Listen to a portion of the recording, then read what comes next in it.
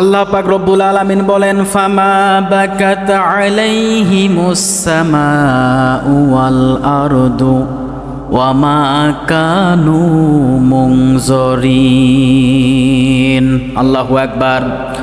সূরা দুখান 29 number, 25 number পারা, 44 number সূরা, প্রথম number রুকুর 29 নাম্বার আয়াতের মধ্যে আছে আল্লাহ পাক রব্বুল আলামিন বলেন, দুনিয়ার জমিনে এমনও মানুষ মারা যায় যাদের জন্য আকাশও কাঁদে না, জমিনও কাঁদে না, দুনিয়ার কোনো জনপ্রাণী তাদের জন্য কাঁদে না, অশ্রুপাত করে নাই।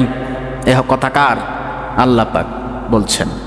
এমনও মানুষ দুনিয়া থেকে বিদায় নিয়ে চলে যায়, তাদের জন্য কাঁদার মতো কেউ থাকে না, প্রকৃতি কাঁদে না, মানুষ কাঁদে না, এমনকি একটা কুকুর বিড়াল এরাও তাদের জন্য অশ্রুপাত করে না। এরা কারা? সূরা দুখানের 29 নাম্বার আয়াতের তাফসিরের মধ্যে পড়ে দেখেছি আল্লাহ পাক রব্বুল আলামিন মূসা নবীর জামানায় ফেরাউনের কথাকে ইন্ডিকেট করে বলছেন, যখন ফেরাউন ইন্তেকাল করে মরে যায় এবং ফেরাউনের দলবল যখন ইন্তেকাল করে নীল নদের মধ্যে চুবিয়ে চুবিয়ে আল্লাহ পাক মেরেছেন।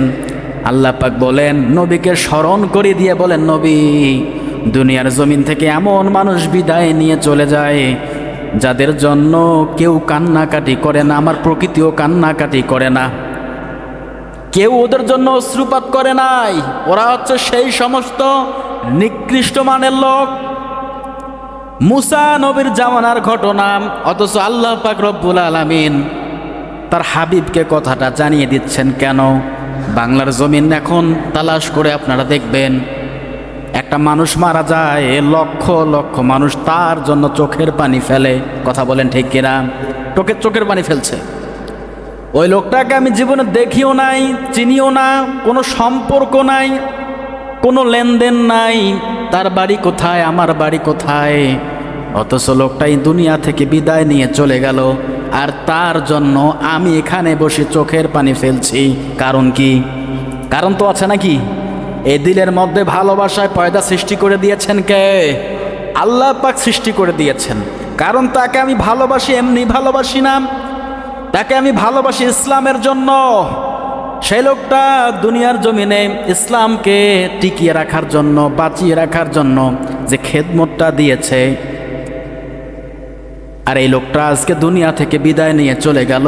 লোকটা থাকলে হয়তো আরো ভালো কিছু করতে পারতো, এরকমটা ভেবেই কিন্তু আমরা কান্না করি, ঠিক কিনা? উদাহরণ বলছি, আল্লামা দেলোয়ার হোসেন সাইদি সাহেব, এই শরীফ ওসমান হাদি ভাই কিছুদিন আগে ইন্তেকাল করলেন। একজন আপসীর নেত্রী বেগম খালেদা জিয়া, তার জন্য মানুষ কেঁদেছে অনেক। বেগম খালেদা জিয়ার ইতিহাস আমি পড়ে দেখলাম, সব দল মত নির্বিশেষে ইনি আর যা করুক, অন্ততপক্ষে আলেমদের উপর অত্যাচার নির্যাতন সে চালায়নি। এর কারণেই আজকে মিজানুর রহমান আজহারির মতো আলেম, শেখ আহমদুল্লাহর মতো আলেম, তাদের মতো মানুষ তার খাটলি আজকে বহন করে জানাজার নামাজে আজকে তারা যাচ্ছে, ঠিক কি না? যারা ভালো তাদেরকে আমরা ভালোই বলবো ইনশাল্লাহ, আর যারা মারা যায় তাদের জন্য এমনিতেই দোয়া করতে হয়, সে খারাপ হোক আর ভালো হোক।